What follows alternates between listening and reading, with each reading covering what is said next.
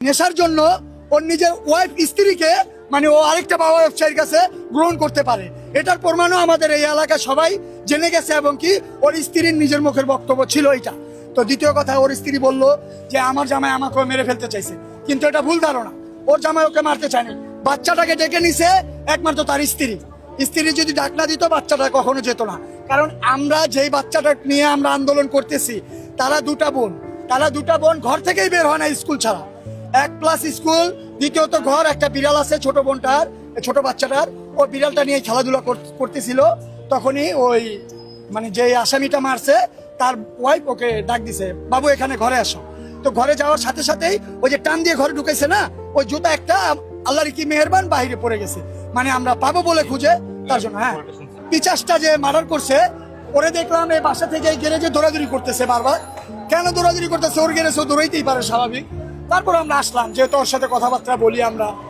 আয়সা বললাম কি হয়েছে ভাই দৌড়াদৌড়ি?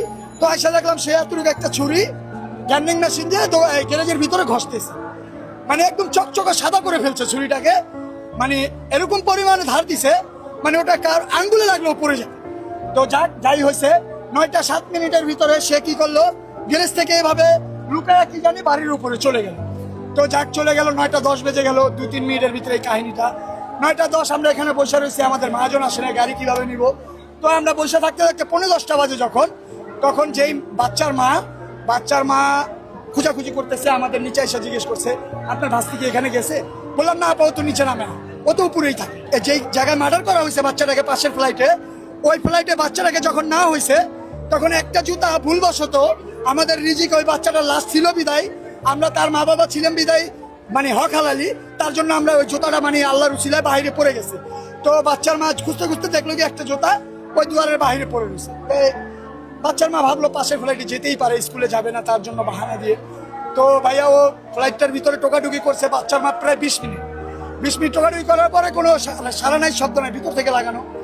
তো বাচ্চার মা আমাদের নিচে এসে 3-4 জনকে ডাক দিল পরে আমরা সাপাল সুপাল নিয়ে, মনির মিয়ার আরেকটা এই যে ম্যানেজার রাখছে ওইটাকে নিয়ে আমরা সাপাল নিয়ে উপরে গেলাম। উপরে গিয়ে আমরা দরজাটা ভাঙার চেষ্টা করলাম। আমরা দরজাটা এক পর্যায়ে ভাঙতে পারলাম না, 2-3টা সিটকারি লাগানো ছিল। তো আমরা যতটুকু হোক এতখানি একটা বগলা করার পরে আমরা যখন ভিতর দিকে এক এক করে তাকালাম তখন শুধু রক্ত আর পানিগুলা ভাসতেছিল।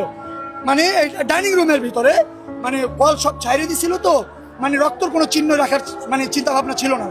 তো লাস্টে আমরা যখন ঢুকলাম দরজাটা খোলার পরে, তারও 7-8 মিনিট পরে খুলছে, আমরা ওখান থেকে গ্যান্ডিং এর আওয়াজ পেয়েছি রুমের ভিতর থেকে। গ্যান্ডিং এর আওয়াজটা এই কারণেই পেয়েছি, রুমের ভিতর অন্য কোনো কাজ হয় নাই।